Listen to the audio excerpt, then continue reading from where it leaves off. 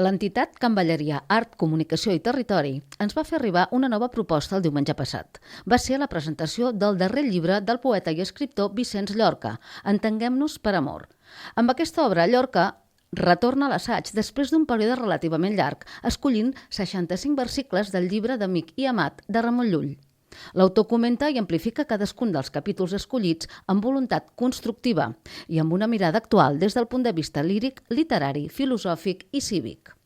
Un assaig líric, que és aquesta fórmula que hem inventat, que té la part de l'assaig, que és la del pensament, i líric perquè està també fet des de l'emoció.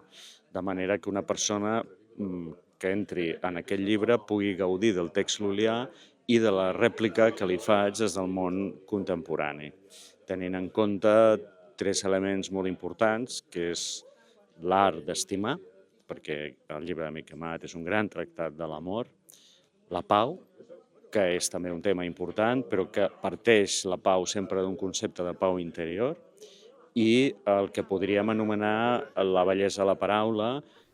La presentació del llibre Entenguem-nos per amor es va fer a través d'una conversa entre l'autor Vicenç Llorca i el periodista cultural Joaquim Noguero, actual director de la revista Serra d'Or. Amb el llibre d'ara m'ha interessat molt l'exercici que ha fet perquè tot text pren relació amb un context i el context que hi ha posat és una motxilla que compartim, que és de tots els estudis de literatura catalana.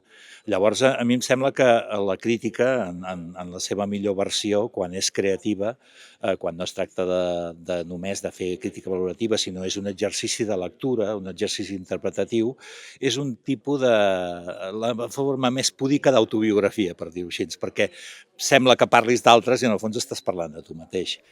Noguero va presentar l'autor i va contextualitzar la seva darrera obra parlant de la figura de Ramon Llull i del seu llibre d'Amic i Amat, en què es basa l'assaig de Vicenç Llorca.